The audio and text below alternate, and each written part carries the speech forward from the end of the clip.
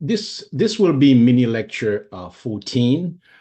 In this particular lecture, we're going to look specifically at how we calculate the Thevenin resistance when we cannot combine resistances.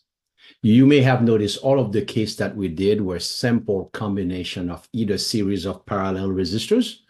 So these problems were carefully selected so that they fall in that category. So today we address the issue, how do we find the Thevenin resistance if these resistors are not in series or in parallel? So we cannot just have an equivalent resistance by simply doing series and parallel combination. It doesn't take long to get there. So what I'm hinting at you should expect most problems that you are not able to combine the resistors into series or parallel into an equivalent the Thevenin resistance. So let me show you some example with my document camera so that you see that we don't take long to get there. All right. So use a document camera. So there's a case here.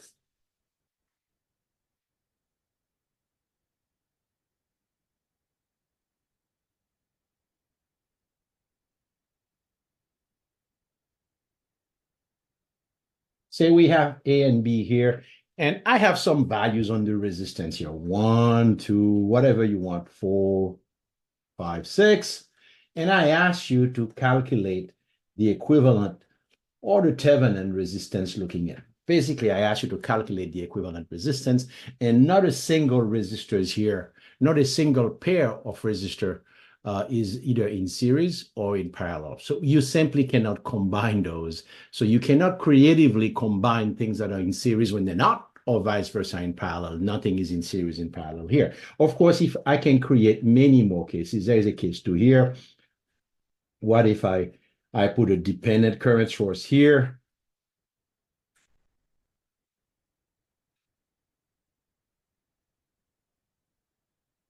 And I also ask you to find the resistance, the Thevenin or equivalent resistance looking in. If I put a dependent current source here, automatically you can no longer combine resistors in series or in parallel. So things get pretty complicated rapidly. So we purposely, when we look at the first 2 mini lectures on Thevenin and Norton, we specifically consider the cases that were simple combination of resistance in order to find the Thevenin resistance. Now, whatever I'm saying to you here have nothing to do with calculation of VOC or I short circuit. The I short circuit and VOC exclusively is the purview of mesh and nodal analysis. So it doesn't matter what circuit element you have, if they're in series or in parallel, it doesn't matter. But when we calculated the Thevenin resistance, we basically focus on circuits that were easily combined at first. Today, we deal with circuits we cannot be combined either because the resistors are placed in a way that they cannot be combined. This is a perfect example here. Or you have some, and again, I could do this. Anytime you have a dependent source, you cannot simply combine the resistors and to find the Thevenin resistance. So these are cases we are going to have to come up with alternative methods to calculate the Thevenin resistance, or basically the Thevenin resistance is really the equivalent resistance looking in. Okay, so let's show you how we can do this.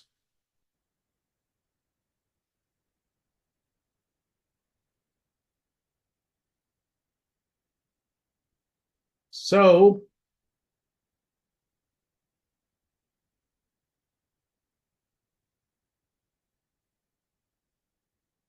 all right.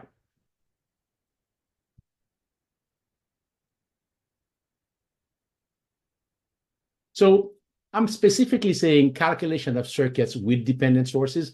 In reality, I don't have to have dependent sources for you not to be able to combine resistors. I just showed you essentially a case of that. So this really should be saying for circuits where we cannot simply combine resistors in series and in parallel. All right, but for sure, when you have dependent sources, that automatically assumes that. So we're going to cover 3 methods to show you how to do that. when I say we're going to convert three methods, you're going to have to select which method you choose. But exclusively, this is dealing with finding the Thevenin equivalent. I'm sorry, the Thevenin resistance for in the Thevenin model or the Norton model. VOC again in I short circuit, pretty much mesh and nodal, just like we've done before. So I'm going to show you three methods that we do this. Some I like less than others, and I'm going to point that out to you. The first one I like the least, and I'll explain that in a little bit. This is what I call the half Thevenin, half Norton method. All right. I like to name things because it essentially, I like to give a name to things that will bring some hints to you what it is. The reason that I call it half Norton, half Thevenin, half Norton, because on the Thevenin side, we calculate VOC, the open circuit voltage for the circuit we're trying to develop, the Thevenin model. Then we go back and we calculate ISC, just like we were doing in Norton model. And then by virtue of source transformation, the Thevenin resistance is the ratio of VOC over ISC. When we calculate VOC and ISC, the circuit is as given. Nothing is turned off. You don't see any crosshair on my independent sources. We calculate VOC from the Thevenin side. We go back and calculate ISC from the Norton side. And the ratio of VOC to ISC is the Thevenin resistance. So this is what I call the half Thevenin, half Norton. I like this the least because it requires two calculations to get a third. You have to have both VOC and ISC correct in order for you to get the Thevenin resistance correct. So I particularly don't like it as much. The other thing also, there is one case it fails, the case when ISC is 0. When ISC is 0, it fails. So there is also those two things that I just gave you makes this particular method my least favorite. But it is one you can choose, and it is one that works 99% of the time, obviously. So the half Thevenin, half Norton, you calculate VOC on the Thevenin side, you then calculate ISC on the Norton side, the ratio of VOC to ISC gives you the Thevenin resistance. When we calculate VOC and ISC, it is a circuit as given. That is, no sources are turned off. Of course, for ISC, we need to short circuit terminal A and B to get the current that flows from A to B. Okay? The half Thevenin, half Norton. You need to know the slide. Okay? You need to know what's on the slide. That needs to be one of your options should you choose that option.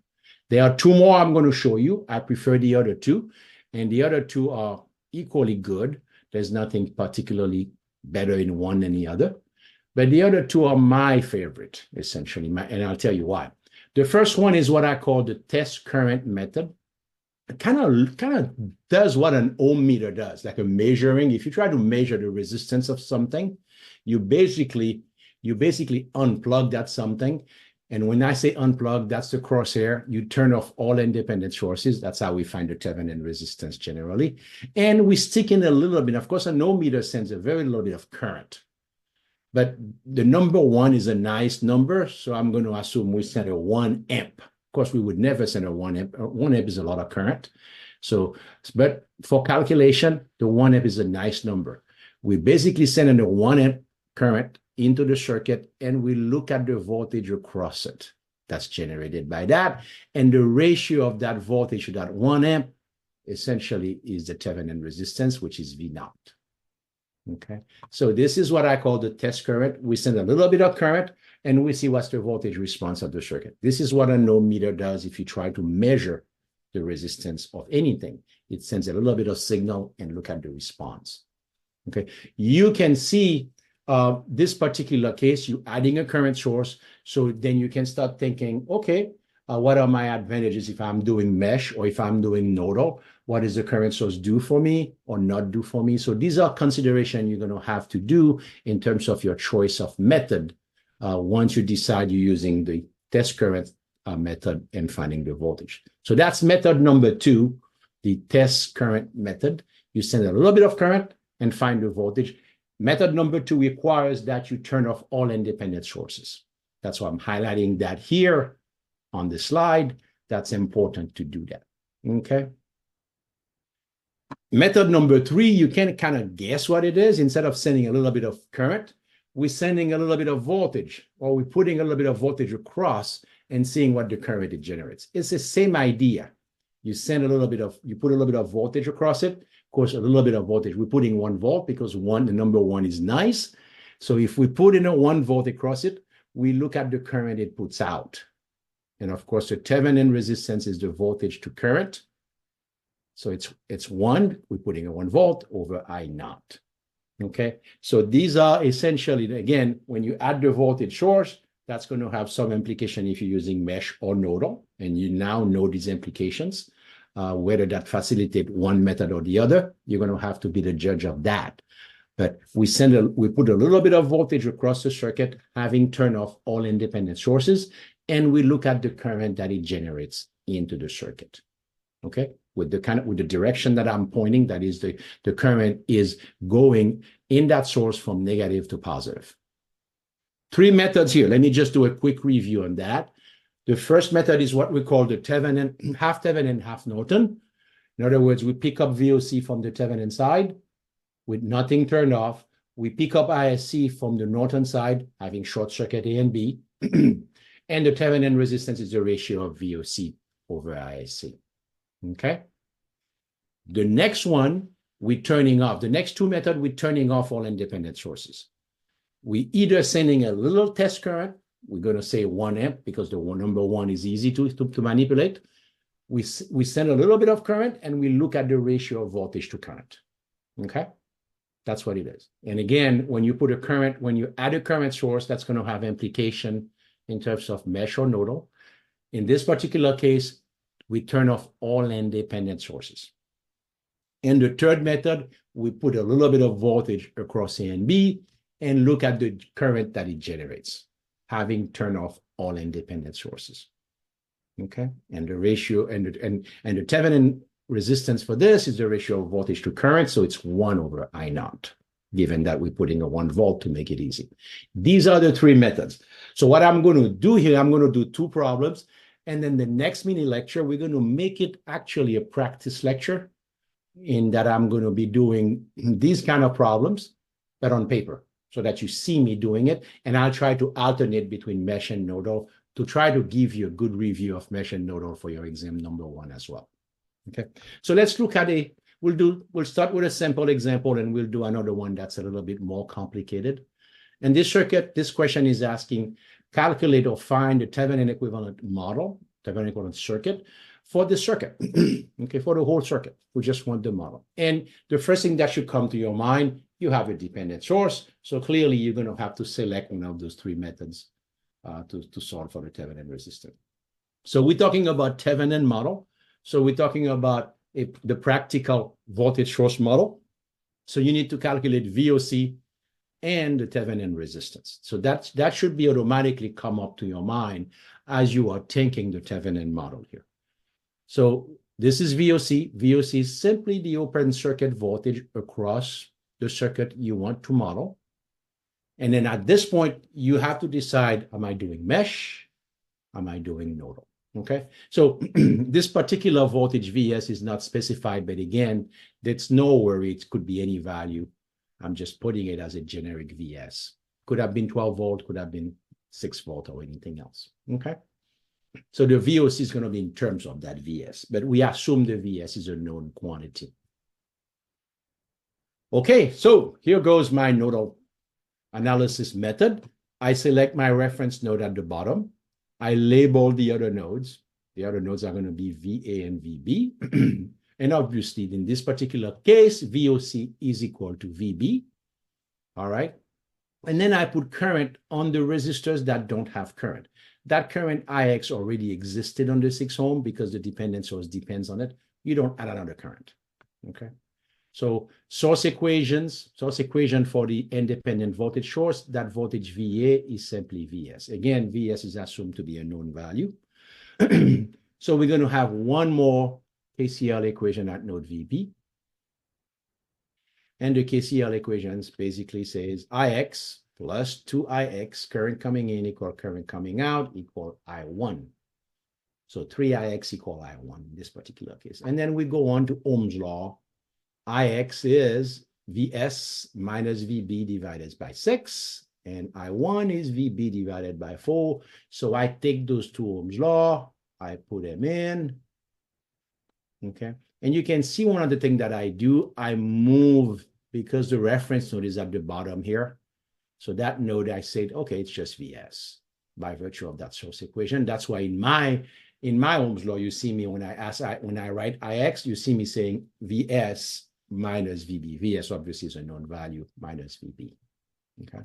So we put those two in the KCL equation and we solve. And we find that Vb, which is VOC, is equal to 2/3 times Vs. Okay. So first part of the problem is done. I've calculated VOC for this circuit. That part really has nothing to do with whether you have dependent source, you can combine things in series. It has to do with mesh and nodal. So the calculation of VOC, or if we were doing I short circuit, we would basically straight out application of nodal and mesh. Nothing to do with looking at combination of resistance and things of that sort. Now we're going to do, how do we find the Thevenin resistance? All right. We're going to have to choose one of those three methods. All right. So what I'm choosing here is the test voltage. I'm putting a 1 volt across and I'm finding the current I0 that it puts out, having turned off the voltage source. Remember that voltage source we had here? I'm going to turn off that voltage source Vs. We never touch dependent sources. So I'm going to turn off that voltage source Vs. It's going to, when I turn it off, it's going to become a wire. All right. So you can see that I've lost that node. That node is going to be the same node as the bottom node. Okay. So that node is essentially now gone. And then I'm seeking to find I0, and the Thevenin resistance will be 1 over I0, 1 volt over I0. So once you realize that, you're really back to mesh and nodal. So you have to essentially be able to pick one of those three methods, set the problem up, and then you're back to mesh and nodal. Okay. So again, it's a fairly simple problem to solve, because by virtue of putting the 1 volt here, I can calculate I2. I2 is essentially 1 over 4, because the 1 volt is in parallel with that resistor here, the 4 ohm resistor. And I can get Ix because it's also in parallel with the 6 ohm. So I don't really have to do a full board method to find I0. So, and then the Thevenin resistance is 1 over I0, which is 1.32. But generally speaking, this would come with a full-blown mesh or nodal approach. Generally, this is just happened to be one of the examples that doesn't. Okay. The second problem we're going to do is going to be a little bit more sophisticated, if you will, more complex. So I hope this one at least gives you a feel for it. What I want you to take essentially is that when you're finding the Thevenin resistance, you have to select one of those three methods. Okay. Once you select those three methods, then you get back to mesh and nodal very quickly. Let's look at the second example here. So, okay, this is the Thevenin model for that, essentially. Okay. So the second example here, it's actually a pretty nice one that I like, because it is the model. Remember, I say to you many times that dependent sources don't really exist in real life. They are used as model for electronic devices. We are totally surrounded with electronic devices, if you haven't noticed. So this is the model for a so-called inverting amplifier circuit, okay, with a dependent voltage source. All right. And the problem is asking you to find the Norton equivalent circuit for this circuit. Obviously, the first thing you should notice, it has a dependent source, so we cannot combine resistors. You have to pick one of those three methods. All right. All right. So let's begin this. First part, again, is going to be the calculation of I short circuit. So what I'm going to do here, I'm going to short circuit A and B, physically put a wire, and then I'm going to find the current that's going down from A to B. That's going to be my I short circuit here. So that's what you see me doing here. And I'm doing nodal analysis. I picked the reference node as the bottom. Okay. So remember, when you put the wire, that node A becomes the node B. So they are no longer two separate nodes because of the wire here, even though I'm looking for the current that's coming down here. All right. And then I write my source equations, one per each voltage source. I have two voltage sources here, one independent, one dependent. So the independent one, because of my choice of reference node, it's VA is equal to V1. All right.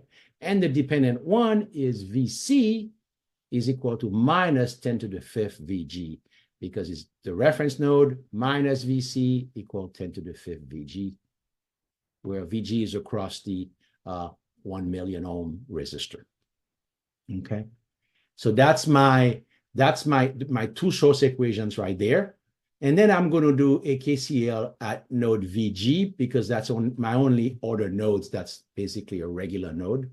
So current coming in equal current coming out. I have I1 coming in equal I2 plus I3.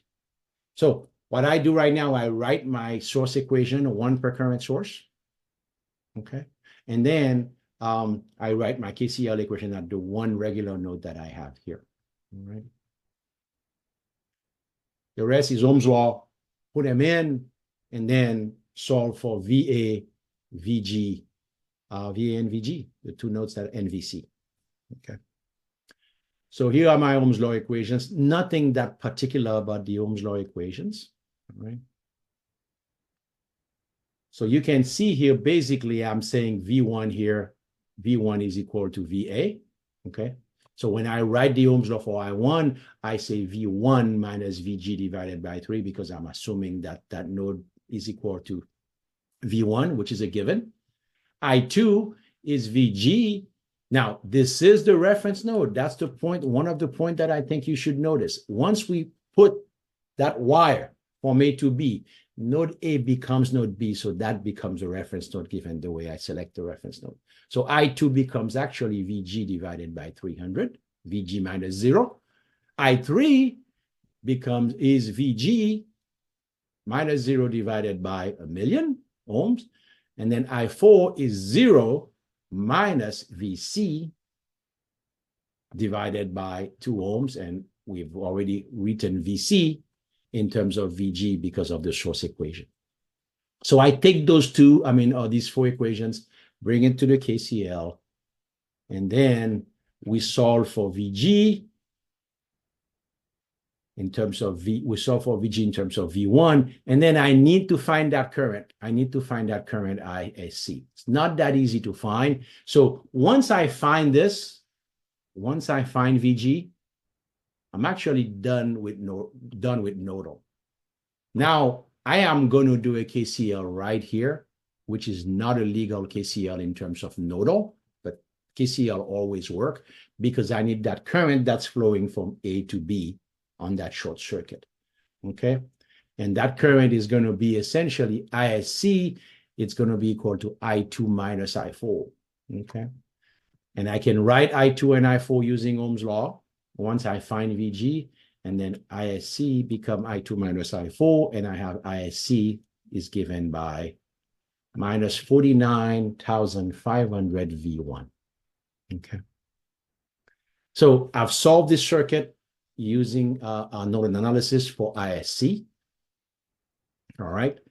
This is a little bit of a challenging circuit. I give you that, for where you are. But I wanted to show you also a practical example why dependent sources are used in real life.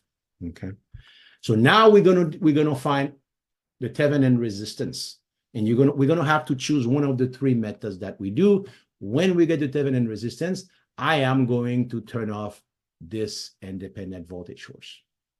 Okay, so let's see how that goes. So I turn off this independent voltage source, that's my crosshair here, and I decide to come up with I'm doing the test current method. I put the 1 amp, and I'm going to find the voltage across it. And I'm going to redo a nodal analysis on this, and I'm just going to find V0. Notice when I put the 1 amp current source, node A and node B are different currents because obviously they're not a short circuit no longer. I have a source in there, and I'm simply going to try to find V0, and V0 is going to be the Thevenin resistance. V0 over 1 is going to be a Thevenin resistance. So here's the circuit that I'm really solving. The voltage source that I turn off becomes a short circuit. And I'm back to a problem that very similar to what I just did, but not the same. In other words, I'm going to be doing essentially, I'm going to be doing a super node here for this voltage source here, for the dependent voltage source. And then I'm going to write a source equation for that. And then I'll do a KCL at node VG. These are my two equations here, and a KCL at node V naught as well. Okay, those are my three equations. So let's see how I do that. So here is, again, we have a supernode around the dependent source. It has the reference node, so I'm not going to do anything about it. But if we want to be specifically correct, here is our supernode around the dependent voltage source. It has a supernode, so I'm not doing KCL about it, but I write the source equation. Okay, the source equation is VC is minus 10 to the fifth times VG. Okay, where VG was the voltage across the 1 million ohm. All right. And then I'm going to do two KCL equations, one at VG, one at V naught. And here they are. KCL at VG is I1 equal I2 plus I3.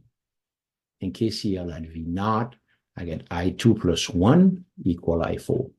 Okay, this is standard nodal approach, nothing really different here. The setup of the problem that makes it challenging is to know that you have to choose one of those methods. And if you choose one of those test method, test current or test voltage, you have to turn off the independent sources. Okay. So we do that, and then now we go to Ohm's law for these currents, just like we did. I1, because again, I1 becomes 0 minus VG over 3. I2 becomes VG minus V naught over 300. I3 becomes VG over a million. And then I4 becomes V naught minus VC divided by 2. Okay. We put these things in the KCL equations, the two KCL equations, and then we solve for V naught. So we get two equations to a known, and we solve for V naught, and we find that V naught, which is equal to the Thevenin resistance, V naught over 1 is a Thevenin resistance, it's 0.002 ohms. Okay. So this is a little bit of a challenging problem. I'm just going to go back to, we can talk a little bit about it. All right. So this is the Norton model on the right for this complicated inverting amplifier circuit. Okay. This is the Norton model. The current source and a Thevenin resistance. So again, let me just quickly go back here and talk a little bit about this in general.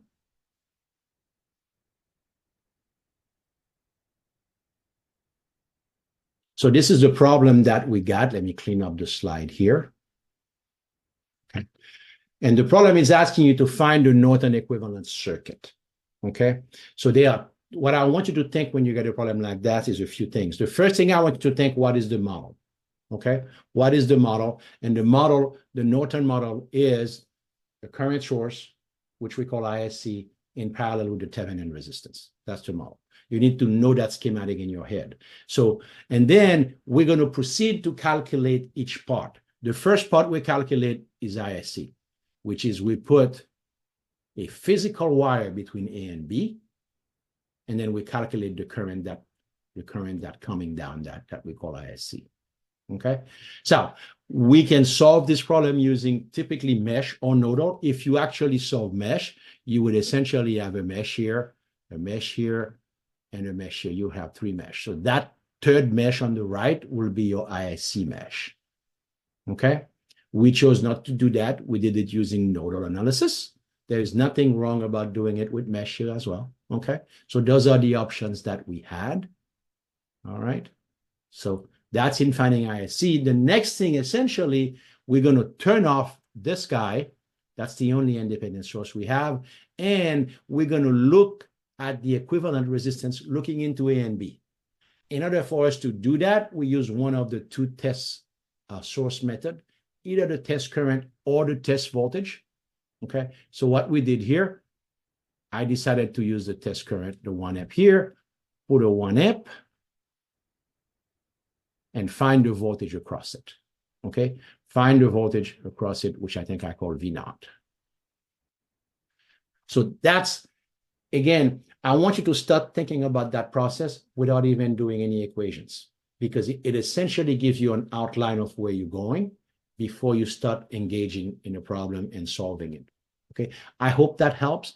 The next lecture, we're going to focus on practice problems, and I'm going to try to interchange between Mesh and Nodal to also give you a little bit of practice on Mesh and Nodal. Thank you.